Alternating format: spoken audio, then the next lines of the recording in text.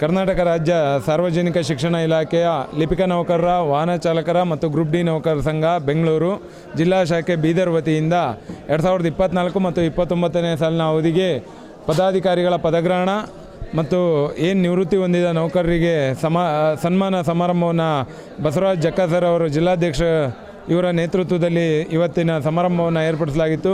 ಈ ಸಮಾರಂಭಕ್ಕೆ ಆಗಮಿಸಿದಂಥ ಉಪನಿರ್ದೇಶಕರು ಆಡಳಿತ, ಉಪನಿರ್ದೇಶಕರು ಅಭಿವೃದ್ಧಿ ಹಾಗೂ ಜಿಲ್ಲೆಯ ಸಮಸ್ತ ಕ್ಷೇತ್ರ ಶಿಕ್ಷಣಾಧಿಕಾರಿಗಳು ಹಾಗೂ ಜಿಲ್ಲೆಯ ಸಮಸ್ತ ಬೋಧಕೇತರ ನೌಕರರು ಮತ್ತು ಜಿಲ್ಲಾ ವಿಶೇಷ ಘಟಕ ಹಾಗೂ ತಾಲೂಕು ಸಂಘಗಳ ಪದಾಧಿಕಾರಿಗಳು ಕೂಡ ಆಗಮಿಸಿ ಕಾರ್ಯಕ್ರಮವನ್ನು ಯಶಸ್ವಿಗೊಳಿಸಿದ್ದಾರೆ.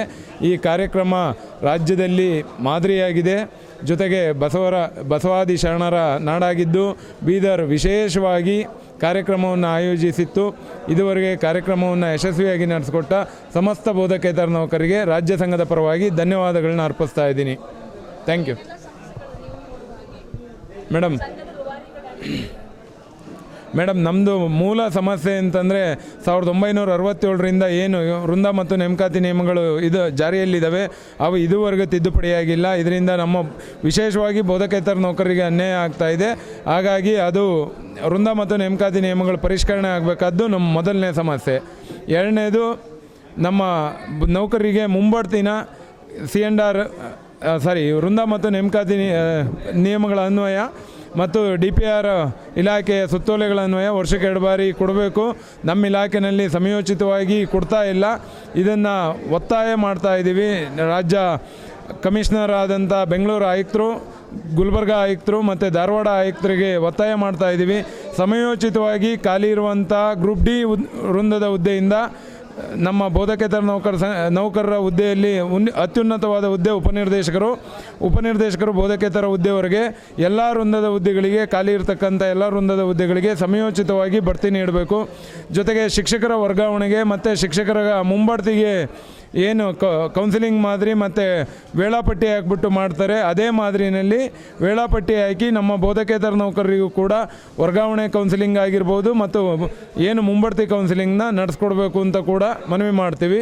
ಜೊತೆಯಲ್ಲಿ ತರಬೇತಿಗಳು ಏನು ಹೊಸದಾಗಿ ನೇಮಕಾತಿ ಹೊಂದಿದ ಬೋಧಕೇತರ ನೌಕರರಿಗೆ ವೃತ್ತಿ ಬುನಾದಿ ತರಬೇತಿ ಇರ್ಬೋದು, ಅಥವಾ ಗ್ರೂಪ್ ಡಿ ನೌಕರರಿಂದ ಉಪನಿರ್ದೇಶಕರು ವೃಂದದವರೆಗೆ ಮುಂಬಡ್ತಿ ಹೊಂದಿದ ಎಲ್ಲ ಪದಾಧಿಕಾರಿಗಳಿಗೆ ಆಡಳಿತಾತ್ಮಕವಾಗಿ ಮುಂಬಡ್ತಿ ಹೊಂದಿದ ಎಲ್ಲ ನೌಕರರಿಗೆ ಆಡಳಿತಾತ್ಮಕ ತರಬೇತಿನ ಸಿಸ್ಲೆಪ್ ಮುಖಾಂತರ, DSCRT ಮುಖಾಂತರ ಅಥವಾ ಗುಲ್ಬರ್ಗ ಆಯುಕ್ತ ವಿಭಾಗೀಯ ಹಂತದಲ್ಲಿ ಸನ್ನಿವಾಸ ತರಬೇತಿನ ಹಮ್ಮಿಕೊಳ್ಳೋದ್ರ ಮುಖಾಂತರ ನಮ್ಮ ಆಡಳಿತಾತ್ಮಕ ಸುಧಾರಣೆಗಳನ್ನ ಮಾಡಬೇಕು ಇಲಾಖೆಯಲ್ಲಿ ಅಂತ ಒತ್ತಾಯ ಮಾಡ್ತೀನಿ. ಅಕ್ಷರಶಃ ಸತ್ಯ ಮೇಡಮ್ ಅದು. ಯಾಕೆ ಅಂದರೆ ನಾವು ಬೇರೆಯವ್ರ ಹತ್ರ ತಗೊಳ್ತೀವಿ ಅಂದರೆ ನಮ್ಮ ಕೆಲಸ ಮಾಡೋದಕ್ಕೆ ಮತ್ತೊಬ್ಬರು ನಮ್ಮ ಹತ್ರ ತಗೊಂತಾರೆ. ಅದರಲ್ಲಿ 2 ಮಾತಿಲ್ಲ. ಅದನ್ನು ಮುಕ್ತವಾಗಿ ಹಂಚ್ಕೊಂಡಿದ್ದೀವಿ. ಅದನ್ನು ಮಾಡ್ದೇನೆ ಭ್ರಷ್ಟಾಚಾರ ಮುಕ್ತ ಆಡಳಿತನ ಪಾರದರ್ಶಕವಾಗಿ ನಮ್ಮ ನೌಕರರಿಗೆ ನೀಡೋದ್ರ ಜೊತೆಗೆ ಸಾರ್ವಜನಿಕರಿಗಾಗಿರ್ಬೋದು, ಶಿಕ್ಷಕರಿಗಾಗಿರ್ಬೋದು ಪ್ರಾಮಾಣಿಕ ಸೇವೆಯನ್ನು, ಯಾಕೆಂದರೆ ನಾವು ಸರ್ಕಾರಿ ನೌಕರರಾಗಿದ್ದೀವಿ, ಕೈ ತುಂಬ ಸಂಬಳ ಬರ್ತಾ ಇದೆ. ನಾವು ಪ್ರಾಮಾಣಿಕ ಸೇವೆ ನೀಡೋದ್ರ ಮುಖಾಂತರ ನಾವು ಇತರೆ ಇಲಾಖೆ ನೌಕರರಿಗೆ ಮಾದರಿ ಆಗಬೇಕು ಅನ್ನೋದು ನಮ್ಮ ಉದ್ದೇಶ. ಪದಾಧಿಕಾರಿಗಳು ಕೂಡ ಇದ್ದಾರೆ, ನಾನೊಬ್ಬನೇ ಅಲ್ಲ. ನಮ್ಮ ಬೋಧಕೇತರ ನೌಕರ ಸಂಘದ ರಾಜ್ಯ ಪದಾಧಿಕಾರಿಗಳು, ಜಿಲ್ಲಾ ಪದಾಧಿಕಾರಿಗಳು ಸಾಥ್ ಕೊಟ್ಟಿರೋದಕ್ಕೆ ಮುಕ್ತವಾಗಿ ಎಲ್ಲ ವಿಷಯಗಳನ್ನ ಚರ್ಚೆ ಮಾಡ್ತೀವಿ.